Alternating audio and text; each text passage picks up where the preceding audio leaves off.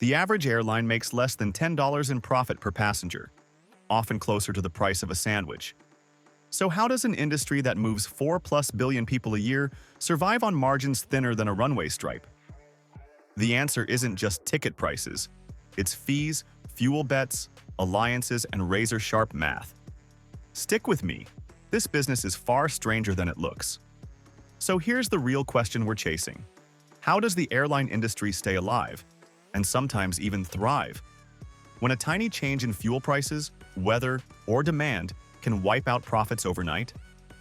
Airlines sell the same seat dozens of times at different prices, operate assets that cost hundreds of millions of dollars, and still compete in a market where customers will switch brands to save 20 bucks.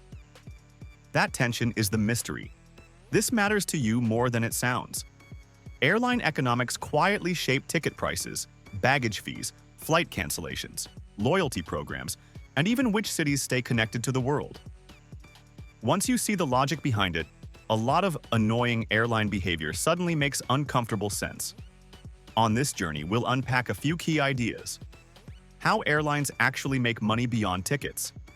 Think fees, cargo, and loyalty points. Why pricing looks chaotic, but is driven by algorithms and probability, not guesswork. And how costs like fuel, labor, and aircraft financing force airlines into constant high-stakes trade-offs. By the end, you won't just understand airlines better, you'll never look at a plane ticket the same way again. The airline industry begins with something almost laughably fragile. In 1903, the Wright brothers proved powered flight was possible with a plane that stayed airborne for just 12 seconds. 2 decades later, airplanes were still novelties, loud, unreliable, and mostly used for mail. Passenger flights existed, but they were expensive, uncomfortable, and frankly, terrifying. Early airlines survived not by selling seats, but by carrying government-subsidized airmail. Passengers were a side hustle. The first big turning point came in the 1930s and 40s, when aircraft became safer and longer range. Airlines began marketing flying as glamorous rather than reckless. One of the most striking examples was Pan American World Airways, whose flying boats turned ocean crossings into floating luxury lounges. Flying was slow, but it felt like the future.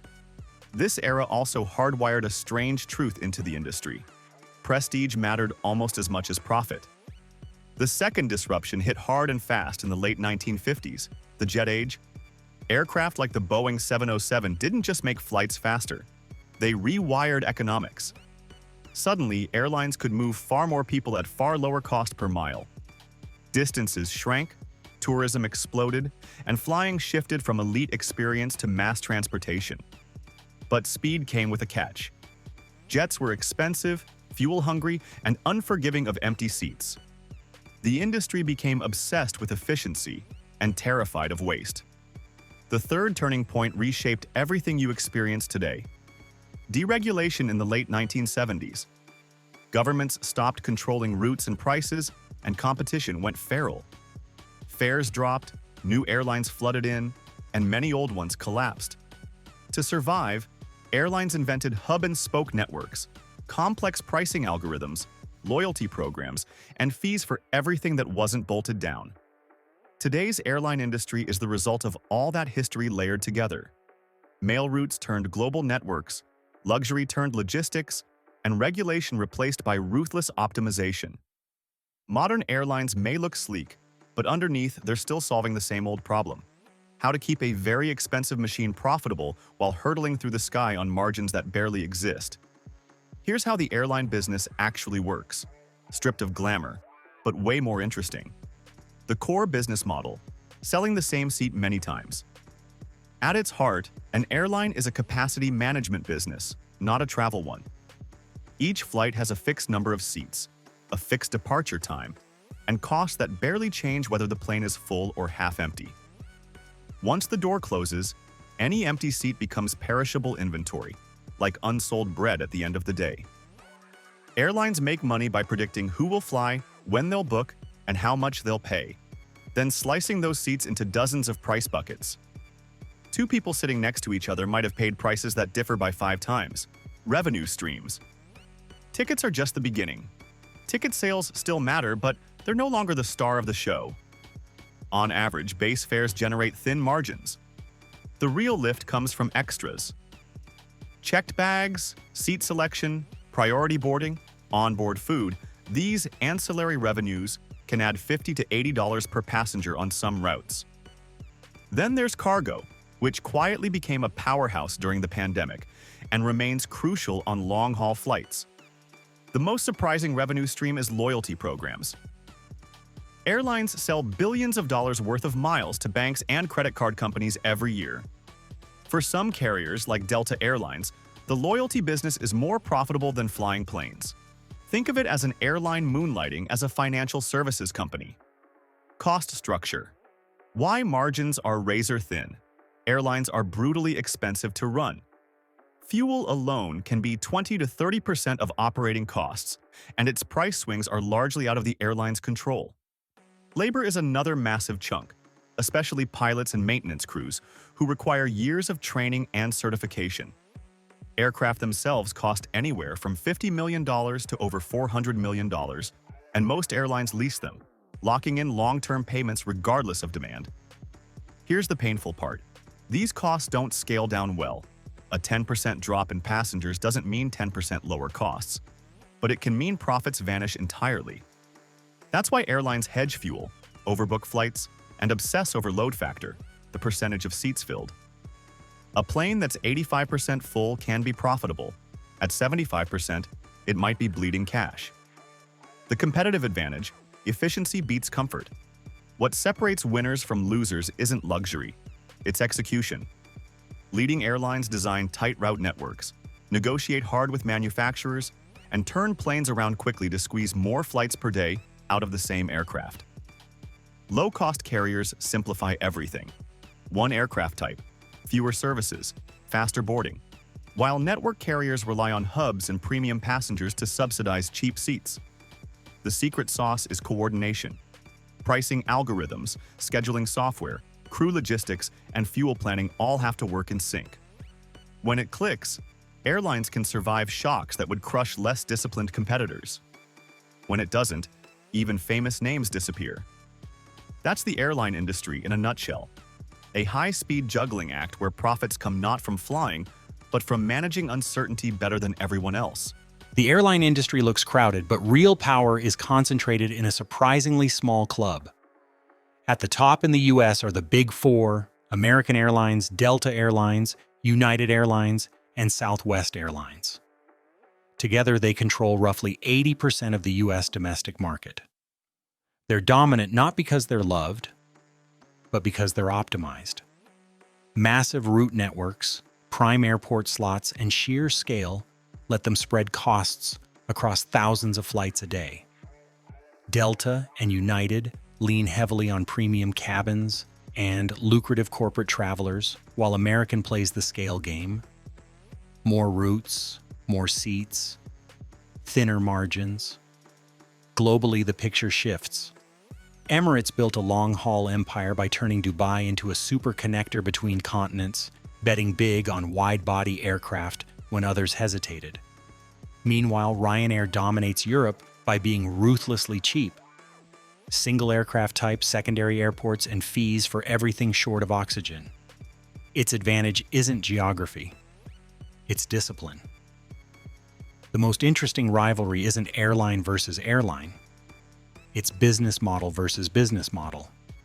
Network carriers rely on hubs and premium passengers to subsidize cheap seats.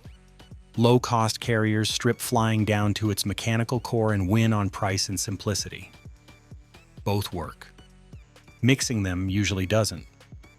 Challenging the incumbents are ultra-low-cost carriers like Spirit Airlines and Indigo, which grow fast by targeting price-sensitive travelers in massive markets. They don't try to be everything. They try to be unavoidable. In airlines, dominance isn't about who flies best. It's about who wastes the least. The future of the airline industry is being shaped by a few powerful forces pulling in different directions at once. First, sustainability is moving from PR to survival. Fuel is still the industry's biggest variable cost. And it's also its biggest climate problem. Airlines are betting on sustainable aviation fuel, SAF, more efficient aircraft, and smarter routing to cut emissions. Planes from Airbus and Boeing burn roughly 20 to 25% less fuel than models from 2 decades ago. But demand for air travel keeps growing faster than efficiency gains. That tension isn't going away. Second, technology is quietly rewriting operations. AI-driven pricing, predictive maintenance, and crew scheduling are becoming table stakes. Airlines already behave like data companies with wings, and that trend will accelerate. The prize is resilience. Fewer delays, better recovery from disruptions, and planes that spend more time flying and less time parked. Third, the passenger experience is splitting in two.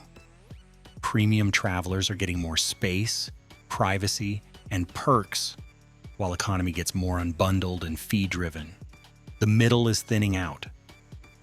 This mirrors broader economic polarization, and airlines are leaning into it because that's where profits live. Now, some clearly labeled speculation.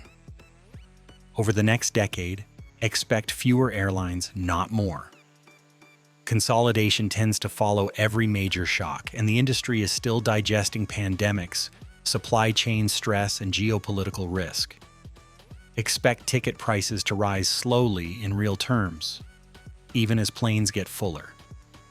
Cheap flights won't vanish, but flexibility and comfort will cost more. The airline industry has always been a paradox, essential to globalization, yet perpetually fragile. The question isn't whether people will keep flying, they will. It's whether airlines can finally build a future where staying aloft doesn't feel like a constant emergency landing. So here's the takeaway. Airlines move billions of people, but survive on margins so thin that a single empty seat can matter. That's why your ticket price changes, fees keep multiplying, and loyalty points sometimes matter more than flying itself. It brings us right back to that opening shock. An industry this massive somehow runs on profits smaller than a snack box. Next time you book a flight, you'll know you're not just buying travel. You're stepping into one of the most optimized, fragile business models on Earth. If this breakdown helped you see the airline industry differently, hit like, subscribe for more deep dives into how industries really work, and drop a comment with the next industry you want unpacked. Because once you see the patterns, you start noticing them everywhere.